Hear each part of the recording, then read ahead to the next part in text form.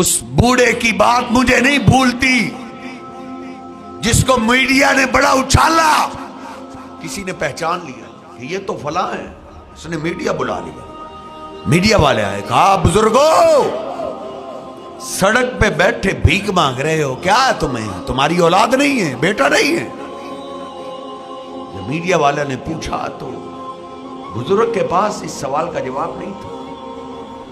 روتا ہوا کہتا ہے, کیوں نہیں, میرا ایک بیٹا تو ڈاکٹر ہے, لاکھوں روپے کماتا ہے, سارے اخراجات اس کے پورے ہوتے ہیں, لیکن اپنے باپ کے خرچے کا خیال نہیں رکھتا.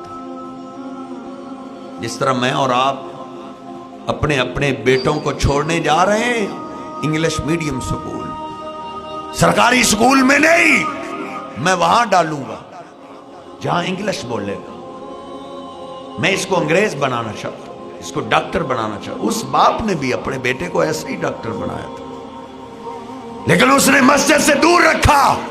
اس نے یہی سمجھا کہ بس ڈاکٹر بن جائے گا, لاکھوں روپے کمائے گا, میری آنکھوں کی ٹھنڈک بن جائے گا. حضرت, لاکھوں روپے کمانے سے اولاد آنکھوں کی ٹھنڈک نہیں بنتی, نوری علم سے اولاد آنکھوں کی ٹھنڈک بنتی. یہ نوری علم سکھاتا ہے. تیرا باپ اللہ کے پیغمبر کا گستاخ بھی ہے, اسلام تجھے نوری علم تجھے گستاخی کی اجازت نہیں دیتا. جس طرح پہلے بیان کر رہے تھے عبداللہ بن ابی منافق کے بیٹے کو آپ نے کہا تیرا باپ جیسا بھی ہے لیکن تیرا باپ ہے, فاسن صحبت ہو, جاؤ اس سے اچھا سلوک کرو, اس کے ساتھ احسان کرو. بزرگ باپ تیرے گھر میں ہے, ان سے دعا لے, دعا